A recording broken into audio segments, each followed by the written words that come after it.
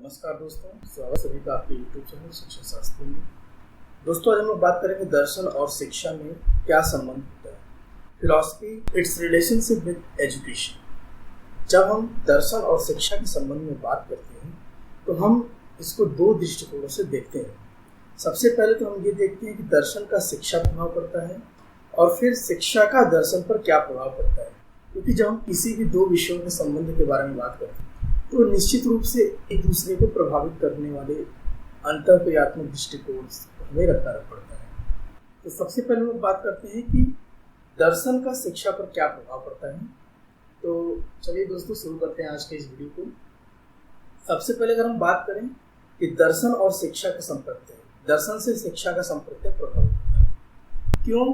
क्योंकि जैसे ही हम दर्शन में तत्व मीमांसा के संबंध में अपनी विवेचना करेंगे, जिस प्रकार की हमारी तात्विक विवेचना होगी उसी प्रकार का हमारा शिक्षा दृष्टिकोण होगा। अगर हम यथार्थवादी दृष्टिकोण वाले होंगे तो शिक्षा को हम यथार्थवादी दृष्टिकोण से परिभाषित करने का प्रयास करेंगे, शिक्षा को समझने का प्रयास करेंगे। अगर हम आत्मवादी विचारधारा के व्यक्ति होंगे तो हमारी दर्शन की जो अवधारणा तात्विक विवेचना आत्मवादी होगी, तो हम शिक्षा का संप्रत्यय भी उसी प्रकार से लगाएंगे। तो इस प्रकार से हम देखते हैं कि जैसा हमारी दार्शनिक अवधारणा होती है वैसा ही हम शिक्षा प्रत्यय को देख पाते हैं। इसके पश्चात हम बात करते हैं दूसरे बिंदु की, दर्शन और शिक्षा का उद्देश्य। जैसा कि मैंने अभी आपको बताया कि जैसा हमारा तात्विक विवेचन होगा उसी के आधार पर हमारी शिक्षा संबंधी अवधारणा निर्धारित होती है। और न केवल ये शिक्षा संबंधी अवधारणा को ही निर्धारित करती है बल्कि हमारे शिक्षा के उद्देश्य को भी निर्धारित करती है। क्योंकि इसके पहले एक वीडियो मैंने आपको बताया कि दर्शन और अदर्शन के बीच में हमारा भेद, प्रत्येक व्यक्ति जन्मजात दार्शनिक होता है, केवल अंतर होता है, भेद होता है तो अच्छे और बुरे दर्शन के बीच में होता है। एडुक्स हक्सले का ये कथन है।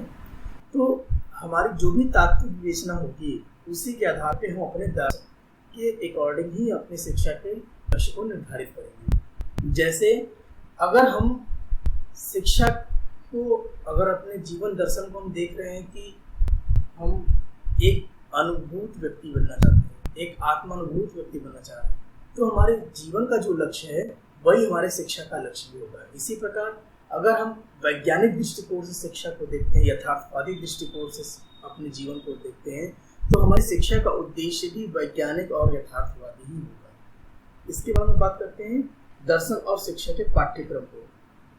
दर्शन के विभिन्न अंगों के संबंध में जो मैंने वीडियो बनाया था उसमें मैंने बताया था कि दर्शन की तत्व मीमांसा, ज्ञान मीमांसा और मूल्य मीमांसा हमारे शिक्षा संबंधी संप्रत्ययों को, तो शिक्षा का पाठ्यक्रम भी हमारे तत्व ज्ञान और मूल्य मीमांसा से प्रभावित होता है। जैसी हमारी तत्व मीमांसा होगी उसी के अनुसार हमारे उद्देश्य का निर्धारण होगा और वैसे ही हम पाठ्यक्रम को बनाएंगे। पाठ्यक्रम में उन विषयों को सम्मिलित करेंगे। जैसे आत्मवादी उद्देश्य वाला व्यक्ति पाठ्यक्रम में साहित्य, तर्क, दर्शन, ज्योतिष को महत्व देगा, जबकि यथार्थवादी दृष्टिकोण वाला व्यक्ति पाठ्यक्रम के अंतर्गत विज्ञान को, विभिन्न प्रकार के गणित को, तर्क को पाठ्यक्रम में महत्व का स्थान देगा। इस प्रकार हम देख रहे हैं कि दर्शन से हमारे शिक्षा का पाठ्यक्रम भी प्रभावित हुआ है। तो हम लोग बात करते हैं दर्शन और शिक्षण विधियों की। दर्शन की ज्ञान मीमांसा मानव बुद्धि ज्ञान और ज्ञान प्राप्त करने की विधियों की व्याख्या होती है। इसी के आधार पर शिक्षण विधियों का निर्माण होता है। जैसे प्रकृतिवादी दर्शन मनुष्य को केवल मनोशारीरिक प्राणी मानते हैं, इसलिए वे इंद्रियों द्वारा सीखने में बल देते हैं। और समाजवादी दर्शन मनुष्य को सामाजिक प्राणी मानता है, तो वह सामाजिक क्रियाओं के द्वारा शिक्षा प्रदान करने पर बल देते हैं। इसी प्रकार आत्मवादी दर्शन मनुष्य को आत्माधारी मानते हैं, तो वे आत्म केंद्रित विधियों पर बल देते हैं, तर्क पर बल देते हैं, स्वानुभूति पर बल देते हैं। दर्शन और अनुशासन। दर्शन का तीसरा प्रमुख भाग आचार मीमांसा होती है, जिसे हम नीति और मूल्य मीमांसा के नाम से भी जानते हैं। इसमें मनुष्य को क्या करना चाहिए, क्या नहीं करना चाहिए, इसकी विशद व्याख्या होती है। इस ज्ञान का आधार मनुष्य के अनुशासन को निरूपित करने पर भी लागू होता है। जैसे प्रकृतिवादी दर्शन मनुष्य प्राकृतिक रचना मानता है, इसलिए प्राकृतिक विषय का पालन करना परामर्श देता है। वे केवल प्राकृतिक जो नैतिकता होती है उसी को मानते हैं।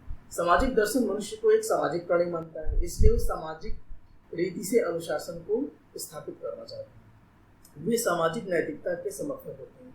इसी प्रकार आत्मवादी जो दर्शन वाले मनुष्य होते हैं वे आत्माधारी मानते हैं, इसलिए दैवीय नियमों का पालन करके अनुशासन पर बल देते हैं। वे आध्यात्मिकता के नैतिकता को समर्थन देते हैं। अब हम बात करते हैं दर्शन और शिक्षक शिक्षार्थी का संबंध क्या होता है। दर्शन की जो तत्व मीमांसा होती है वो मनुष्य के स्वरूप, आचार मीमांसा और उसको करने और न करने योग्य कार्यों की विशद व्याख्या से होती है। दर्शन की व्याख्या के अनुसार शिक्षक और शिक्षक का स्वरूप उसके कर्तव्य निश्चित होते हैं। जैसे प्रकृतिवादी दार्शनिक मानते हैं कि मनुष्य केवल प्राकृतिक रचना है जो जन्म से मूल शक्तियां लेकर पैदा होता है और इन्हीं के आधार पर उसका विकास होता है। इसलिए वे विद्यार्थी को आत्म प्रकाशन की छूट देते हैं।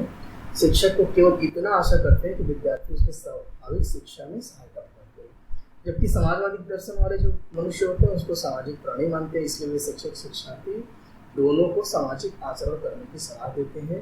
इसके लिए सबसे पहले सामाजिक स्व विकसित करने पर बल देते हैं। जबकि आत्मवादी दर्शन के मनुष्य को आत्माधारी मानने के कारण शिक्षक और विद्यार्थी में भेद नहीं करते हैं। वे दोनों को इंद्रिय नियंत्रण और आत्म नियंत्रण की सलाह देते हैं।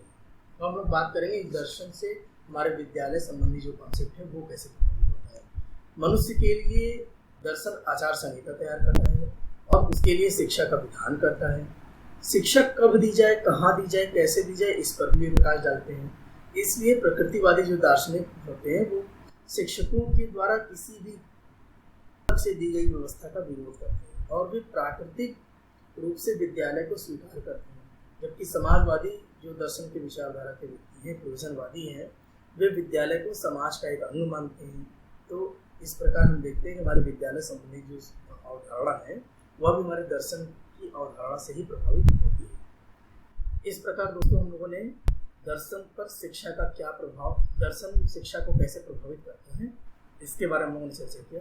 अब हम लोग बात करेंगे कि शिक्षा पर दर्शन कैसे प्रभावित करती है, शिक्षा का क्या प्रभाव है दर्शन पर, इसके बारे में चर्चा करते हैं। तो सबसे पहले हम लोग बात करेंगे कि शिक्षा जो होती है वो दर्शन के निर्माण की आधारशिला होती है। क्योंकि दर्शन के निर्माण और विकास के लिए अवलोकन, चिंतन और मनन आवश्यक होता है। जब तक मनुष्य की अंतर्दृष्टि सचेत नहीं होगी तब तक यह कार्य नहीं कर सकता है। यह सभी विकास उसका शिक्षा के द्वारा होता है। शिक्षा द्वारा ही हम भाषा को सीखते हैं, उसी से विचार करना सीखते हैं। अशिक्षित व्यक्ति के लिए संभव नहीं है कि वह ये सभी कार्य कर सके। इसलिए शिक्षा दर्शन का आधार होती है। अब हम बात करते हैं कि शिक्षा दर्शन को जीवित रखती है। दार्शनिक सृष्टि सृष्टा, आत्मा परमात्मा, जीव जगत इत्यादि के बारे में विचार करते हैं। उनके द्वारा निश्चित सिद्धांत से दर्शन का ही विकास होता है। कोई भी समाज अपने पूर्वजों द्वारा निश्चित इन सिद्धांतों के आधार पर शिक्षा के द्वारा ही हम प्राप्त कर सकते हैं और हम अपने भावी पीढ़ी को इन सभी विचारों से अवगत कराते हैं। इस प्रकार शिक्षा हमारे दर्शन को सुरक्षित रख करके हमारे दर्शन को जीवित रखने का प्रयास करती है। आगे हम लोग बात करते हैं कि शिक्षा दार्शनिक सिद्धांतों को मूर्त रूप देती है कि शिक्षा के द्वारा ही यह संभव है कि हम जो मूलभूत और गूढ़ बातें हैं उसको शिक्षा के माध्यम से लोगों तक पहुंचाएं। दर्शन की गूढ़ बातें को दर्शन इस ब्रह्मांड और मानव जीवन की व्याख्या भी करता है, मनुष्य जीवन के उद्देश्य निश्चित करता है और इन उद्देश्यों की प्राप्ति का मार्ग बताता है। शिक्षा वह प्रक्रिया है जिसके द्वारा हम दर्शन के द्वारा जो निश्चित उद्देश्य हैं उनको प्राप्त करते हैं। इस प्रकार हम देख पा रहे हैं कि शिक्षा दार्शनिक विचारों को मूर्त रूप प्रदान कर रही है। इस संबंध में एडम्स का कथन भी है कि शिक्षा दर्शन का गतिशील पहलू है, वह दार्शनिक विकास का सक्रिय पक्ष है और जीवन और आदर्शों को प्राप्त करना का वास्तविक साधन है। डीवी का भी इसी संबंध में कथन है कि दर्शन अपने सामान्य रूप में शिक्षा का सिद्धांत ही होता है। अगले पॉइंट पे हम चलते हैं। शिक्षा दर्शन की नई समस्याओं से परिचित कराती है। दर्शन तब तक जीवित नहीं रहेगा जब तक वो नई समस्याओं पर विचार न करे। तो शिक्षा जो कि दर्शन का एक व्यवहारिक पहलू होता है, शिक्षा अपने कार्य को प्रेरित करने में उसके विभिन्न प्रकार की समस्याओं का सामना करना पड़ता है जिसका कि समाधान दार्शनिक के द्वारा मिलता है। मनुष्य के हम देखते हैं कि यह गतिशील और प्रगतिशील प्राणी है। उसके विकास के मार्ग में नित्य नई समस्याएं आती हैं। शिक्षा इन समस्याओं से परिचित कराती है और यदि हमें दार्शनिक तीक्ष्ण बुद्धि होती है तो हम उन समस्याओं पर विचार करने लगते हैं जिससे कि दर्शन का विकास होता है। के.एल. श्रीमाली जो भारत सरकार के भूतपूर्व शिक्षा मंत्री थे, उनका मत था कि शिक्षा शास्त्रियों से यह आशा की जाती है कि वे नई समस्याओं का दार्शनिक हल ढूंढें। उनके शब्दों में अगर हम कहें तो शिक्षा शास्त्री का कार्य देश के दर्शन की पुनर्रचना करना, मूल्यों की पुनः परिभाषा करना, जिससे मूल्य हमारे परिवर्तनशील जीवन और विचार का स्पष्टीकरण कर सके। हम लोग बात करते हैं कि शिक्षा का दर्शन को गतिशील बनाए रखना।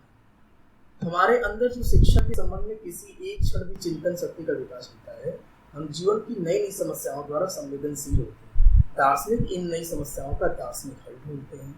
इस समस्या समाधान की प्रक्रिया में नए नए दार्शनिक सिद्धांतों का निर्माण होता है। यह सब ज्ञान दर्शन अथवा दर्शन शास्त्र का अंग बन जाता है। ज्ञान की अन्य शाखाओं के प्रति दर्शन भी इन सिद्धांतों का त्याग करता है, जो कि असत्य सिद्ध हो जाते हैं। वह उन नवीन सिद्धांतों को स्वीकार करता है जिसके आधार पर जीव और जगत की सही व्याख्या की जा सकती। यह उसकी गतिशीलता है। शिक्षा ही दर्शन को गतिशील बनाए रखने में सहायक। अब हम लोग बात करते हैं आज के आखिरी बिंदु पे कि शिक्षा दर्शन का भ्रम निवारण करने का कार्य करती है। दर्शन के विषय में संकुचित दृष्टिकोण रखने वाले व्यक्ति का विचार होता है कि दर्शन सूक्ष्म होता है या आत्म परमात्मा के विषय में विचार करता है। शिक्षा उसका मूर्त स्वरूप होता है, वह हर मनुष्य के व्यवहार के संबंध में होता है। इसलिए दर्शन शिक्षा में कोई संबंध नहीं हो सकता, यह उनका भ्रम होता है, जबकि शिक्षा इस भ्रम को दूर करती है। इसी संबंध में कुछ विचारकों के विचार हैं जिन्हें हम आप लोगों के समक्ष रखना चाहेंगे। फिक्टे का विचार है कि दर्शन की सहायता के बिना शिक्षा पूर्णतः स्पष्टता को प्राप्त नहीं कर पाती, जबकि जेंटिल का विचार है कि दर्शन की सहायता के अभाव में शिक्षा सही मार्ग पर नहीं चल सकती। हमारे प्रसिद्ध शिक्षा शास्त्री हर्बर्ट स्पेंसर, उनका कथन है कि वास्तविक शिक्षा का विधान एक सच्चा दार्शनिक ही कर सकता है। इसी से संबंधित राश महोदय का एक कथन है कि दर्शन और शिक्षा एक ही सिक्के के दो पहलुओं के समान एक वस्तु के विभिन्न पक्षों का बोध कराती है। इसी प्रकार हम देखते हैं कि कुछ और दार्शनिक हैं जिन्होंने शिक्षा और दर्शन के संबंध में अपने कथन को कहा है।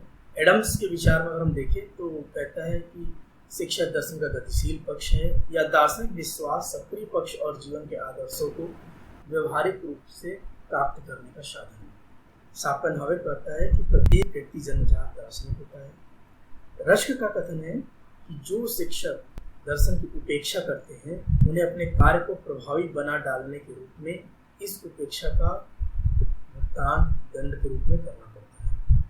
कनिंघम के अनुसार शिक्षा दर्शन विभिन्न विचारधाराओं के द्वारा प्रतिपादित सिद्धांतों के प्रयोग के रूप में इन विचारधाराओं से अनेक समस्याओं की खोज के लिए निर्देश देता है। हर्बर्ट के कथन को एक बार और हम देखते हैं कि जब तक दर्शन ने समस्याओं का समाधान ना कर ले तब तक शिक्षा अपना कार्य नहीं कर सकती। जॉन डीवी के कथन के साथ हम लोग इस लेक्चर वीडियो को समाप्त करेंगे कि शिक्षा और लोकतंत्र में जो कि उन्होंने कहा है इस स्टेटमेंट को कि शिक्षा वह प्रयोगशाला है जिसमें दार्शनिक विशेषताएं ठोस रूप लेती हैं और उनका परीक्षण होता है। तो इस प्रकार दोस्तों आज के इस लेक्चर वीडियो में हम लोगों ने शिक्षा और दर्शन के संबंध के बारे में बात किया। आशा है आपको इस वीडियो में दी गई जानकारी पसंद आई होगी। आपने इस वीडियो के लिए समय दिया।